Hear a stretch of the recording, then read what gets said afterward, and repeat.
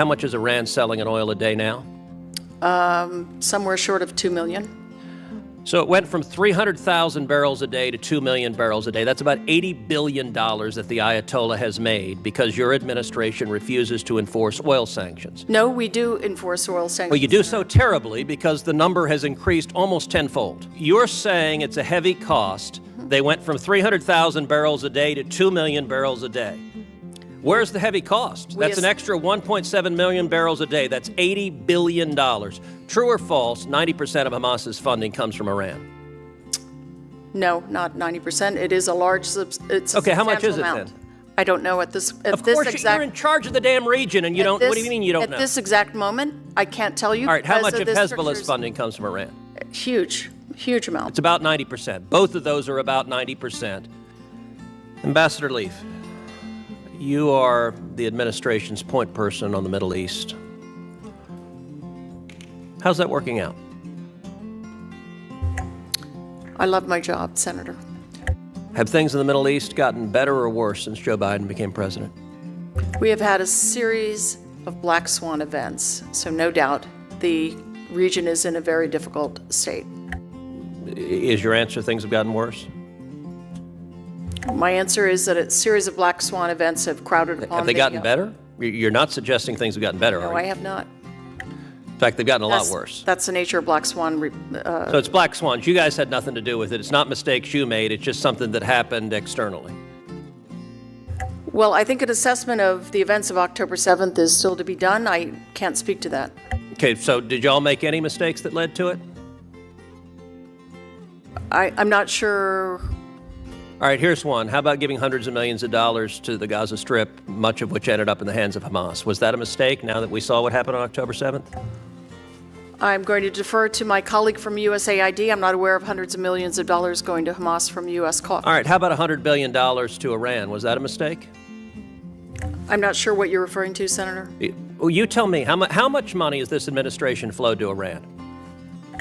We have not flowed money to Iran. Really? We have money in accounts that are restricted for humanitarian use only. And money's not fungible?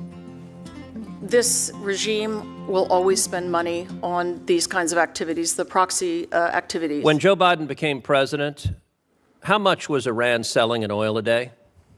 I don't have that figure for you, Senator. Of course you don't. The answer is about 300,000 barrels a day. How much is Iran selling in oil a day now? Somewhere short of 2 million. So it went from 300,000 barrels a day to 2 million barrels a day. That's about $80 billion that the Ayatollah has made because your administration refuses to enforce oil sanctions. No, we do enforce oil sanctions. Well, you do so terribly because the number has increased almost tenfold. But because of the strictures that we put on, the sanctions that we put on, the targeting that we've done, 230 alone directed towards those who traffic in Iranian oil, that has imposed a heavy cost on Iran, and we estimate that Wait. You're saying it's a heavy cost. They went from 300,000 barrels a day to 2 million barrels a day. Where's the heavy cost? That's an extra 1.7 million barrels a day. That's $80 billion. True or false, 90% of Hamas's funding comes from Iran? No, not 90%. It is a large, it's Okay, how much is it amount. then? I don't know at this Of course, you're in charge of the damn region and you don't, what do you mean you don't know? At this exact moment, I can't tell you. All right, how much because of the Hezbollah's strictures- funding comes from Iran? Huge amount. It's about 90%. Both of those are about 90%. Do you think it made the world safer or less safe to take a theocratic lunatic like the Ayatollah who chants death to America and death to Israel and to flow $100 billion? Did that make us more safe or less safe? The U.S. is not flowing money to Iran, Senator. What about the $6 billion in hostage payments? Not a penny is moved. And money's not fungible? They Not a can't put penny that is up for moved. credit facilities? Not a penny is moved. You're where you're under oath. I am. And could they put that money up for credit facilities to use money to fund their terror activity? I'm not sure who would be in the position of lending them money at this point, Senator. We do have plenty of sanctions. Iran is one of the most heavily sanctioned But you're not enforcing regimes. them. This administration, every lunatic on earth that wants to kill us, this administration gives money to. All right, let me ask you this. Israel has said it is their policy to utterly eliminate Hamas. Does this administration, does President Biden support Israel in its commitment to utterly eliminate Hamas? Of course. of course. Then why are you calling for an immediate ceasefire before they eliminate Hamas? Israel has accepted that proposal. No, they have not. They have. Is there a ceasefire that's happened? Hamas has not yet fully accepted Is there a Israel most certainly has not. I'm aware the Biden administration has told the press that Israel has. The Israeli leadership. So I asked you a question. Do you support Israel's military objective of utterly eliminating Hamas? You said yes. And the next sentence you said, but they should cease fire right now and not eliminate Hamas. No, I agree with the way that the president characterized it, Senator, on May 31st, which is to say that we agree with the objective that Hamas never again control the Gaza Strip or threaten Israel. That will not be achieved by military means alone. So it's not now, we said their military objective was to defeat Hamas. So you just said it's impossible to defeat Hamas. When you is that first right? posed the question, you said eliminate Hamas. I said utterly eliminate Hamas. I didn't say over time, not over 1,000 years. I said defeat an enemy because they are murderers who murdered 1,200 people, who raped women and little girls. It won't be done by military means alone. Okay, so it is the position of this administration it is impossible by military means to defeat Hamas. Yes, it is. Let me ask you, you also want to see, essentially as a reward for October 7th, a Palestinian state. It's not a reward. It's not a reward. It just achieves what they want as a benefit for these murders. Let me ask you something. If Hamas is governed by Hamas, if Hamas governs Gaza, how is Israel's safety protected? It's an impressive job, Mr. Chairman. Bang, bang. Other witness finished answering the You question. should not be frightened of these questions, Mr. Chairman. Gentleman's time has expired. Thank you, Mr. Chairman. Ambassador Jacobson, you previously served in Tajikistan. Yes, sir. Of what period of time? I was there from 2006 to 2009. I'm sure you've seen the news that broke this week about 8 Tajiks who came to this country illegally over the southern border, were apprehended by the Biden administration, Yes, sir. were quote-unquote vetted, and then were released. And they've been arrested this week because of their affiliations with ISIS-K and over concerns that they were plotting a major terror attack in the United States. In your experience, how dangerous is ISIS-K? ISIS-K remains a threat both in the region to which I've been nominated and into the world, and also to our homeland. And I, if confirmed, would sort of welcome the opportunity to further discuss how we can combat this sort of terrorist threat. I'm a little bit out of the loop on Tajikistan in particular, having left there 15 years ago, but of course I still do follow it. How concerned should Americans be that this administration released 80 illegal aliens who are Tajiks with connections to ISIS-K? I am not privy to the intelligence or the law enforcement activity or really any of that. I have mostly read about this in the news, but I certainly think it's incumbent on all of us, all the agencies of the U.S. government, to protect our homeland. And this is the same terrorist group that murdered 145 people in Moscow at the Opera House, came in with automatic weapons and mowed down civilians. Is that right? It's my understanding that, yes, there were Tajiks involved in that operation in Moscow. Well, I will say, I can tell you Texans are deeply concerned that the administration keeps releasing illegal immigrants with ties to terrorists, and we are living on borrowed time. I believe there is a higher likelihood today of a major terrorist attack in the United States than there has been any time since September 11th. And this administration's open border with 11 million illegal immigrants coming across it is an invitation for terrorists, for Hamas, for Hezbollah, for Palestinian Islamic Jihad, and for ISIS-K to come and murder Americans. And it is utterly indefensible. And yet today, the Biden administration is releasing yet more illegal immigrants into this country. They do it day after day after day. And we are going to see a lot more dead bodies as a result of it. All right, let's shift topics. A few weeks ago, Secretary Blinken appeared before this committee, and I questioned him about policy decisions made by the Biden administration, which have allowed $100 billion to flow to Iran, including access to a $10 billion pot of money involving Iraqi electricity in euros and dinars. This money enabled the Ayatollah to fund Hamas and Hezbollah. This money funded the October 7th terrorist attack, the single worst one-day massacre of Jews since the Holocaust. It is right now funding Hezbollah's push to trigger a regional Middle East war all the way through this morning. Ms. Gavito, you served for 2 years as Deputy Assistant Secretary for Iran, Iraq, and Public Diplomacy. Then you became the Acting Principal Deputy Assistant Secretary for Near Eastern Affairs. What was your role in issuing the waivers giving Iran access to that pot of money? Thank you very much, Senator.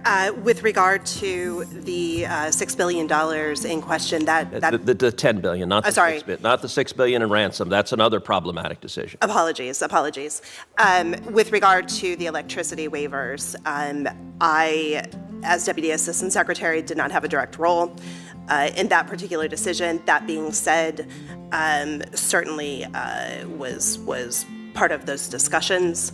As Ambassador Jacobson has noted, the intent behind those waivers was to incentivize the Iraqi government. I'm not asking about the intent. Did you support those waivers? I was not in a decision-making capacity. Did you agree with the decision? I would have to review, Senator. Yes, I believe that incentivizing Iraq to divest itself of Iranian oil is positive. Okay, Ambassador Jacobson, these waivers will have to be renewed this summer or they expire.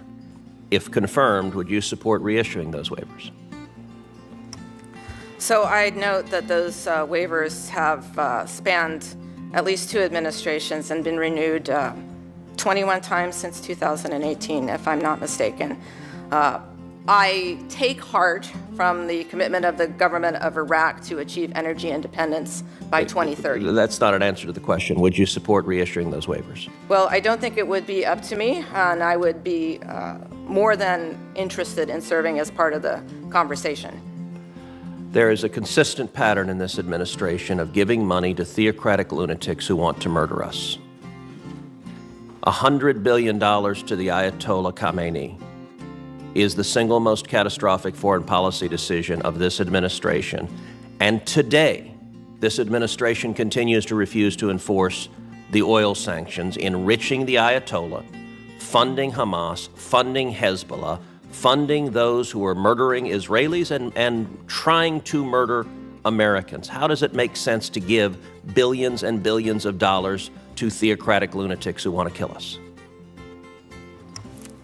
Thank you for that question, Senator. I personally am very clear-eyed about the Iranian threat. I think I shared with you, and I'll share with others, that I have been myself on the receiving end of Iranian death threat information, including during my time in Ashgabat when President Niyazov used to remind me that the Iranians had a missile pointed at my bedroom. With regards to the funds that are kept in restricted accounts that are overseen by the Treasury Department, that are the subject of an extensive system of safeguards, these funds will never reach the government of Iran. These funds have to stay overseas, and they have to be used for humanitarian purposes.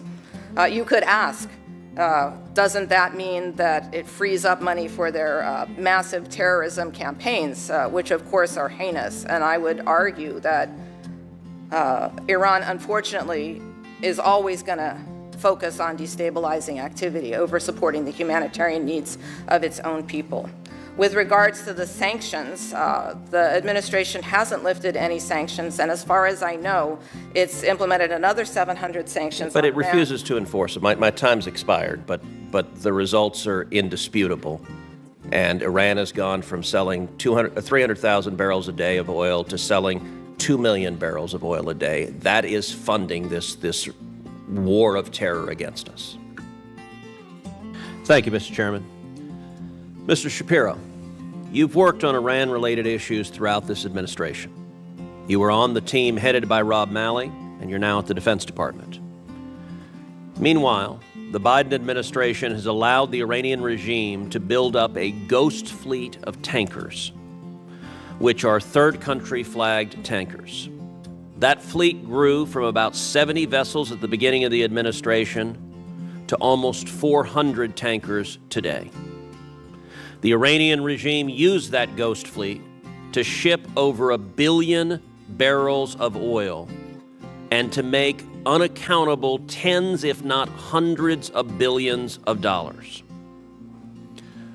When Joe Biden came into power, Iran was selling roughly 300,000 barrels of oil a day. Today, due to the Biden administration's appeasement of Iran, Iran is selling roughly 2 million barrels of oil a day. Those billions of dollars went directly to fund terrorism. They went to the Houthis, they went to Hamas, they went to Hezbollah. They pay for the Houthis' terrorism and for their weapons. They paid for the October 7th atrocities in Israel.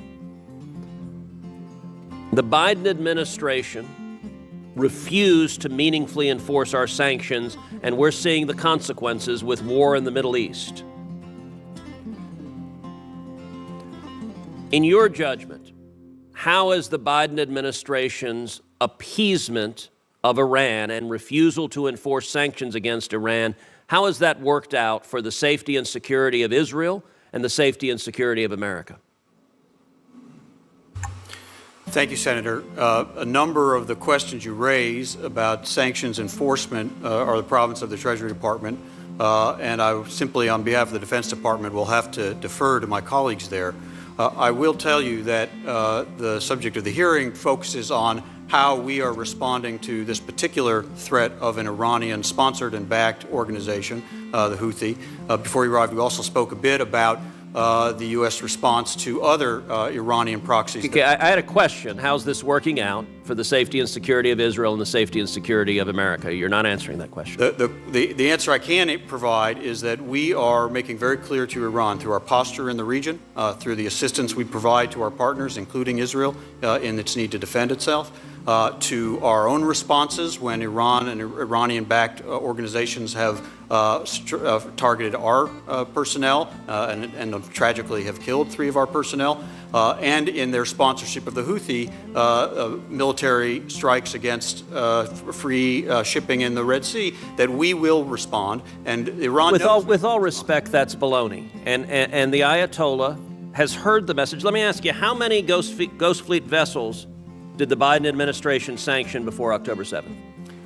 Again, sanctions matters belong to the Treasury Department, so I don't know the answer. I don't know the answer, and would have to defer to the Department of Treasury. And is the Biden administration concerned about the billions of dollars they continue to flow to the Ayatollah today? Right now, today, that money is flowing to the Ayatollah because there are 400 ships in the Ghost Fleet that this administration won't sanction. The Ayatollah is selling much of that oil to communist China. The revenue is being used to fund Hamas, to fund Hezbollah, to fund the Houthis. And the Biden administration's response is, well, we made very clear there will be consequences. Baloney. Cut off the money. Why will the Biden administration not cut off the money from Iran? Senator, I really have to stay in the lane of the Department of Defense. What we have made very clear... Did you work with Rob Malley and his task force? I worked for a few months as an advisor to then Special Envoy Malley, yes. And you were ambassador to Israel. You have long experience in the region. I find it impossible that you have no views on the $100 billion plus that Joe Biden has gifted to the Ayatollah that has been used to murder Americans and murder Israelis. I'm asking you, isn't it time to cut off the money?